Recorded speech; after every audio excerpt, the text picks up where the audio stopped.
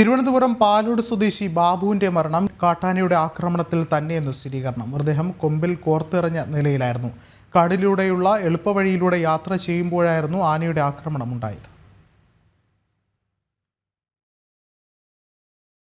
കഴിഞ്ഞ ദിവസമാണ് തിരുവനന്തപുരം പാലോട് മടത്ര സ്വദേശി ബാബുവിനെ കാട്ടിനുള്ളിൽ മരിച്ച നിലയിൽ കണ്ടെത്തിയത്. ബാബു കൊല്ലപ്പെട്ടത് കാട്ടാനയുടെ ആക്രമണത്തിൽ തന്നെയെന്ന് വനം വകുപ്പ് സ്ഥിരീകരിച്ചു. കൊമ്പിൽ കോർത്തെറിഞ്ഞ നിലയിലായിരുന്നു മൃതദേഹം.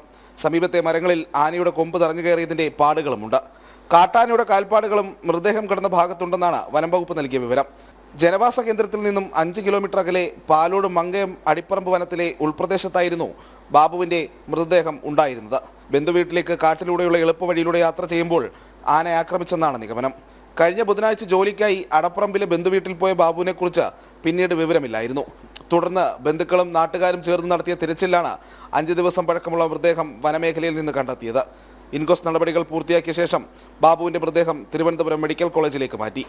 ജനം, തിരുവനന്തപുരം.